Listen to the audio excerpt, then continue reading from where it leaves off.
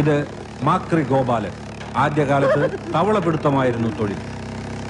തവളപിടുത്തം നിരോധിച്ചതോടെ തൊഴിലില്ലാതെ താൻ ചട്ടമ്പിയായി മാറിയെന്നാണ് ഗോപാലന്റെ ന്യായം. എന്റെ പൊന്നു സാറേ, അല്പം ചട്ടമ്പി തരില്ലാതെ ഇവിടെ ജീവിക്കാൻ പറ്റത്തില്ല. ഗോപാലൻ തല്ലാറുണ്ട്, അതുപോലെ തിരിച്ചിഷ്ടം പോലെ കിട്ടാറുണ്ട്. നമ്മൾ മാത്രം മര്യാദക്കാരായി ജീവിച്ചാലേ തല്ലുകൊണ്ട് തൂറി മേഴുകത്തേ ഉള്ളൂ. സാറേ, മുഴുവൻ കഴിഞ്ഞിട്ടില്ല എന്റെ സംഭാഷണം. ഇത്ര മതി. എടാ സ്റ്റുഡിയോവേ, എന്റെ സംഭാഷണം എടുത്തില്ലെങ്കിലല്ല നിന്റെ സ്റ്റുഡിയോ. പറഞ്ഞോളൂ. നമ്മ സിനിമയിലൊക്കെ സാറിനെ കണ്ടിട്ടുണ്ട്. നമ്മുടെ കാര്യം കൊണ്ടാ സാറൊക്കെ ജീവിച്ചു പോണത്. പിന്നെ ചട്ടമ്പിമാരുടെ വിഷമത്തെ കുറിച്ച് പറയുകയാണെങ്കിൽ ഞങ്ങൾക്ക് സർക്കാരിൽ നിന്നും യാതൊരു ധനസഹായം ഇതുവരെ ലഭിച്ചിട്ടില്ല. സർക്കാർ ഞങ്ങളോട് ചിറ്റമനയമാണ് കാണിക്കുന്നത്. പിന്നെ എന്റെ ആശാനെ കുറിച്ച് പറഞ്ഞില്ലെങ്കിൽ അതൊരു നന്ദികേടായി പോകും. വടിവാൾ വസന്ന പേര് പണ്ടൊരു കള്ളച്ചക്കന്റെ വെട്ടുകൊണ്ട് അരക്ക് താഴേക്ക് തളർന്നു കിടക്കുക. ട്രിപ്പിളും പോളിയൊക്കെ കൃത്യമായിട്ട് തട്ടും. അര തളർന്ന കേരളത്തിലെ ആദ്യത്തെ മനുഷ്യൻ. ആശാന്റെ ശിഷ്യന്മാർ വന്ന് കസേരയിൽ ഇരുത്തിയ ആശാനെ പുറത്തേക്ക് കൊണ്ടുപോകുന്നത്. അതുകൊണ്ട് നാട്ടുകാരിപ്പോ കസേരവാസം എന്നാ വിളിക്കുന്നേ. ചട്ടമ്പി വീണ ചട്ടിയില കഞ്ഞി, പിന്നെ തെണ്ടി കഞ്ഞി കുടിക്കണം. ഈ കാട്ടാപ്പിള്ളക്കാർക്ക് വേണ്ടി ജീവിതവും തൊലച്ച് ഈ കസേര കയറിയവനാ വാസു. എന്നിട്ട് തിരിഞ്ഞു നോക്കിയില്ല ഇവന്മാര്. ചുമ്മാതല്ല കുറുപ്പച്ചൻ വണ്ടിയും മറിഞ്ഞ് മൂക്കിലകത്ത് പഞ്ഞി വെച്ച് കിടന്നത്. ചെയ്തു കൂട്ടിയ മഹാപാപങ്ങളുടെ ഫലമാ ഇപ്പൊ മകനൊരുത്തലുണ്ടല്ലോ, വിഷപ്പാമ്പിന്റെ ജന്മം, കാട്ടാപ്പിള്ളി നാഗേന്ദ്രൻ. ചിട്ടിക്കമ്പിന് മുതലാളി. അച്ഛൻ ചത്തത് വണ്ടി മറിഞ്ഞിട്ടാണെങ്കിൽ ഈ നാഗേന്ദ്രൻ ഇടി വിട്ടുകൊണ്ടേ ചാകൂ. നോക്കിക്കോ. ഈ കാട്ടാപ്പള്ളി നാഗേന്ദ്രൻ ഞാൻ തന്നെ. ആ ചാകാൻ പോകുന്ന കിളവൻ എന്ത് വേണമെങ്കിലും പറഞ്ഞോട്ടെ, ഞാൻ അതൊന്നും കാര്യമാക്കുന്നില്ല. ഈ മല്ലഞ്ചരക്കാർക്ക് എന്ത് തകർച്ച വന്നാലും അതിന്റെ ക്രെഡിറ്റ് മുഴുവൻ നാട്ടുകാർ കൊണ്ടുപോയിടുന്നത് ഈ നാഗേന്ദ്രന്റെ അക്കൗണ്ടിലാ.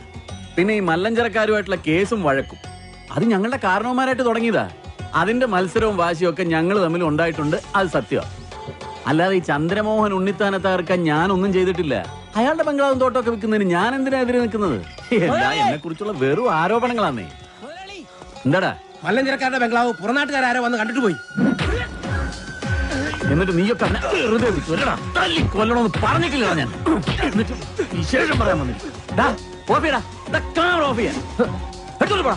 എല്ലാം കൂടെ എടുത്ത് ചവിട്ടി പൊളിക്കുന്ന. പോലീസ് ഇവിടെ നിഷ്ക്രിയമാണെന്ന് ഞാൻ പറയില്ല. ദാ അങ്ങോട്ട് നോക്കൂ, എത്ര ക്രിയാത്മകമായിട്ടാണ് അവർ ജോലി ചെയ്തത് നോക്കൂ. പിന്നെ എന്ത് നിഷ്ക്രിയത്വമാണ് നിങ്ങൾ ആരോപിക്കുന്നത്? ഈ ക്യാമറ ഓഫ് ചെയ്യണമെങ്കിൽ ഞാനൊരു കാര്യം പറയാം. ഓഫ് ചെയ്തോളൂ. ഇവിടെ ഇപ്പൊ ഈ കാട്ടാപ്പള്ളി നാഗേന്ദ്രനെ ഒതുക്കി കഴിഞ്ഞാൽ മൊത്തത്തിലുള്ള എല്ലാ പ്രശ്നങ്ങളും തീരും. ഒരിക്കൽ ഞാനൊന്ന് ശ്രമിച്ച് നോക്കിയതാ. 2 മാസമാ ആശുപത്രി കിടന്നത്. ഇപ്പൊ മല്ലഞ്ചിറയിലെ ചന്ദ്രമോഹൻ കണ്ടുവച്ചിരിക്കുന്ന ബുദ്ധി ഏതായാലും കൊള്ളാം. മുള്ളിനെ മുള്ളുകൊണ്ട് തന്നെ എടുക്കുക. കാട്ടാപ്പള്ളിയെ വിഴുങ്ങാൻ പറ്റിയ ഒരു മറുനാടൻ ചട്ടമ്പിയെ കണ്ടുപിടിക്കുക. എന്നിട്ട് എസ്റ്റേറ്റും ബംഗ്ലാവും അയാൾക്ക് വിൽക്കുക. പുറം നാട്ടിൽ ചട്ടമ്പിമാരേറെയുണ്ട്. പുലിക്കണ്ടം കോയ, ചെങ്കൽപ്പാളയം മുത്തുരാജ്, കോയമ്പത്തൂർ മണിസ്വാമി. പക്ഷെ കാര്യമില്ല, ഇത്രയും കാശ് മുടക്കി ഈ ബംഗ്ലാവും തോട്ടം മേടിക്കാനുള്ള കാശ് അവന്മാരില്ല.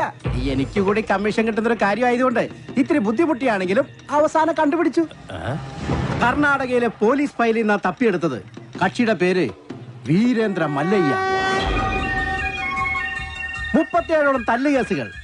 അതിൽ ശിക്ഷിക്കപ്പെട്ടത് ഒരു കേസിന് മാത്രം, അതും പൊതുവേദിയിൽ വെച്ച് കേന്ദ്രമന്ത്രിയുടെ കർണക്കുറ്റിക്കടിച്ചതിന്. ഹിസ്റ്ററി വെച്ച് നോക്കുമ്പോ പുള്ളി 10 കാട്ടാപ്പള്ളിമാരെ ഒറ്റയ്ക്ക് തിന്നും. അല്ല, ഇതിന്റെ ബ്രോക്കർ ഞാനാണെന്ന് പറഞ്ഞ കാട്ടാപ്പള്ളി എന്നെ കൊല്ലുന്ന എന്റെ പേടി. നിനക്ക് പോലീസ് പ്രൊട്ടക്ഷൻ ഞാൻ തരും. എങ്ങനെ? ഏതെങ്കിലും മോഷണ കേസ് പിടിച്ച് അകത്താക്കിയാ പോരെ. അയാളിത് വാങ്ങുന്ന എന്താ ഉറപ്പ്? ഞങ്ങൾ ഇന്ന് തന്നെ പോവുക. മല്ലയ്യയുടെ അനുജനെ പോലെ കൂടെ നടക്കുന്ന ഒരാളുണ്ട്, മുരുകൻ. അവൻ പറഞ്ഞ മല്ലയ്യ ഒന്നും തട്ടിക്കളയത്തില്ല. ആദ്യം ഞങ്ങൾ ചെന്ന് മുരുകനെ പിടിക്കും. അയ്യോ, എന്നെ ആരെങ്കിലും രക്ഷിക്കണേ. അയ്യോ, ഗൗഡ, ഗൗഡ, ഒന്ന് വേഗം വാ. അവിടെ വണ്ടിയാണ്. അയ്യോ, നീ എന്തൊന്നും മിണ്ടാത്തെ? പേടിച്ചു പോയാ? ഇനി എന്തിനാ പേടിക്കണേ? ഞാനില്ലേ കൂടെ. ഈശ്വര, ഇവനത് എവിടെ പോയി?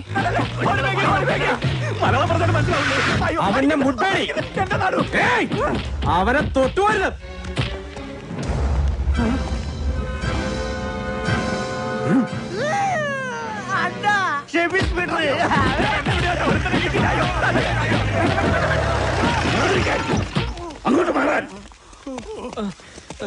ആളറിയാതെ പറ്റിപ്പോയത് അയ്യ. അയ്യ പൊക്കോളൂ. നിങ്ങൾ പറഞ്ഞോണ്ട് ഞങ്ങൾ പോണു. കല്ല് കിട്ടാതെ വാടാ. ആരുടെ നേരത്താ നിങ്ങൾ കൈവച്ചതെന്ന് അറിയോ? അതൊക്കെ മല്ലയ്യയുടെ ആൾക്കാരാ. ജീവൻ വേണമെങ്കിൽ ബംഗ്ലാവിൽ പോയി മാപ്പ് പറഞ്ഞു, ഇല്ലെങ്കിൽ പടയളയിങ് വരും. പിന്നെ ഒന്നും ബാക്കി ഉണ്ടാവില്ല.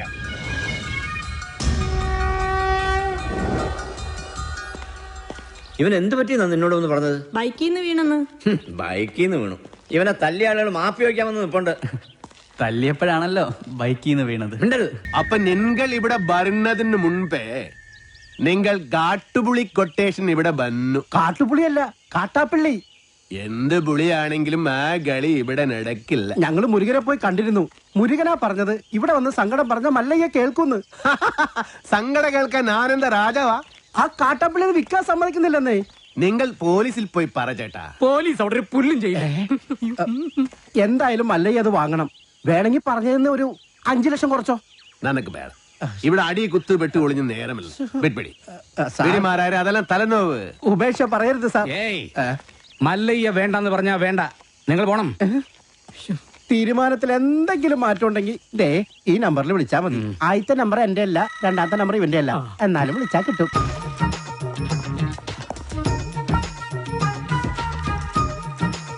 എന്താടാ ഇത്? നാട്ടുകാർ തല്ല് കളഞ്ഞപ്പോൾ ആക്സിഡന്റോ?